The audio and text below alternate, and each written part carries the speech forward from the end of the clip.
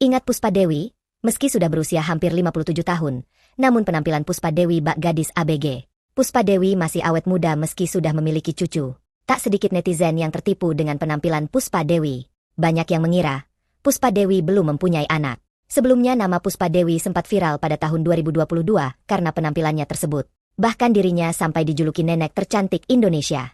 Ia sendiri hingga kini masih mencuri perhatian. Semenjak viral, Puspa Dewi pun menjadi selebgram dengan 548.000 followers. Puspa Dewi juga menjadi founder produk Momsi. Ia juga cukup eksis di media sosial Instagram.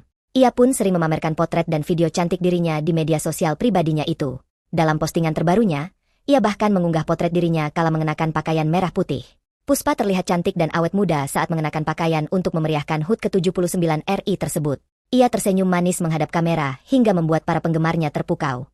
Banyak yang menilai penampilannya semakin tua justru semakin cantik.